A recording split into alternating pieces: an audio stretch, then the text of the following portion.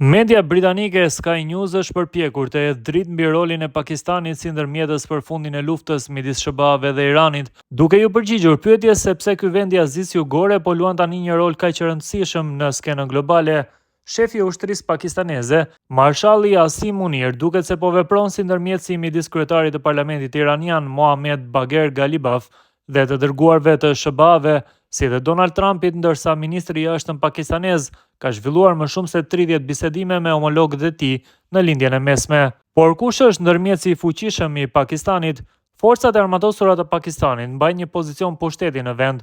Edhe me këtë mas, Munir ka grumbulluar një pushtet të rrallë që kur mori detyrën si shefi i ushtrisë në vitin 2022, fal një amendamenti kushtetues që e vendosi atë në një post të vetëm komandues. Munir ka ndërtuar një marrëdhënie të ngushtë me Trumpin që pas zgjidhjes së konfliktit të Pakistanit me Indinë, të cilin presidenti amerikan ka pretenduar se e ka ndalur me sukses. Trump e përshkruan Munir si marshallin e tij të dashur. Pakistani gjithashtu ju bashkua bordit të paqes të themeluar nga Donald Trump me njëherë pasi Munir vizitoi Davosin për të takuar me presidentin amerikan në janar. Ai gjithashtu arriti një marrëveshje me një kompani kriptomonedash të lidhur me familjen e Trump për të përdorur stablecoinin USD të kompanisë për pagesa ndërkufitare.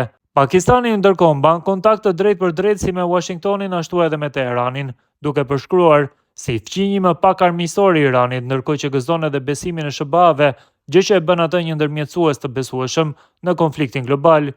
Ambasada e Pakistanit në Washington ndërkohë ka pritur misionin de facto të Teheranit që nga revolucioni islamik i vitit 1979. Pakistani është gjithashtu shtëpia e popullsisë së dytë më të madhe shiite në botë pas Iranit. Megjithatë, siç përfundon analiza e Sky News, Pakistani ka motivet e veta për të nxitur përfundimin e luftës pasi po përballet me ndërprerje të furnizimit me karburant për shkak të konfliktit me talibanët afgan.